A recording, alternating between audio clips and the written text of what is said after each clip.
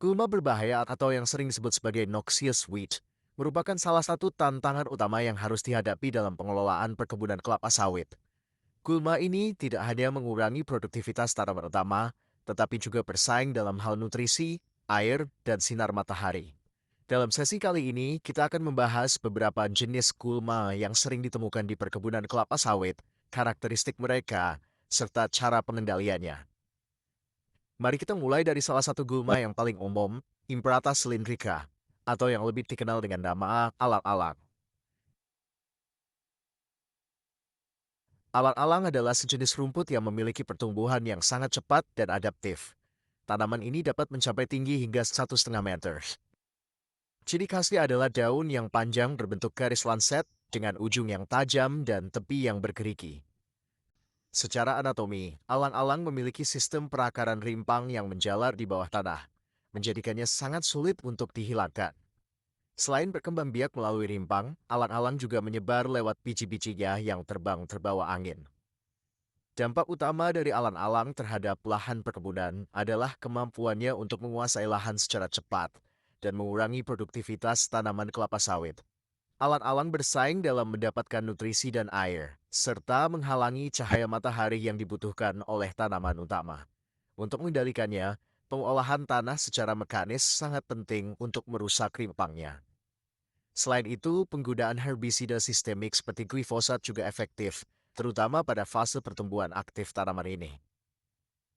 Melastoma afin.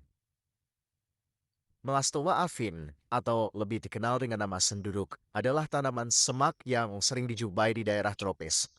Tanaman ini memiliki batang berwarna kemerahan yang berbulu, dengan daun berbentuk bulat telur yang kasar dan bergerigi di tepinya.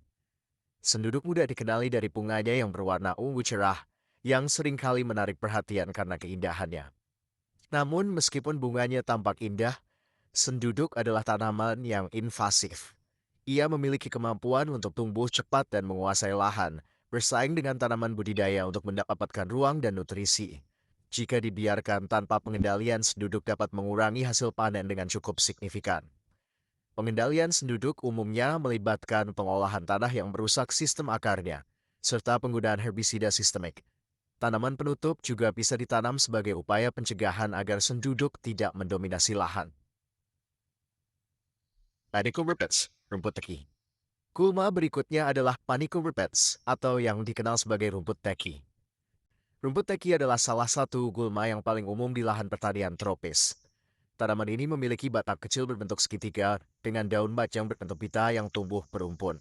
Akar rumput teki adalah sistem serabut yang kuat dan menjalar jauh di bawah permukaan tanah, menjadikannya sangat sulit untuk dikendalikan. Rumput teki bersifat invasif dan mampu menguasai lahan dengan cepat, mengganggu pertumbuhan tanaman kelapa sawit.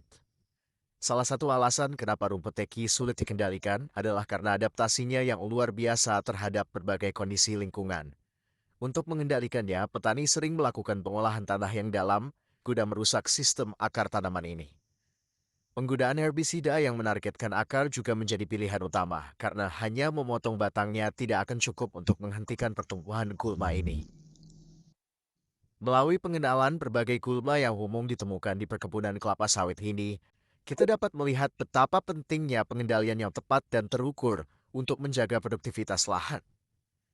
Dengan pemahaman yang baik tentang karakteristik setiap jenis gulma serta metode pengendaliannya, kita dapat memastikan bahwa lahan perkebunan kelapa sawit tetap subur dan memberikan hasil yang maksimal.